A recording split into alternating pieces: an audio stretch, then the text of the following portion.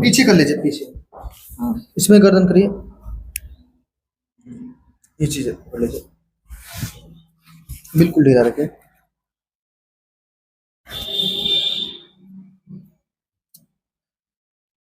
तकिया लगाते हैं क्या?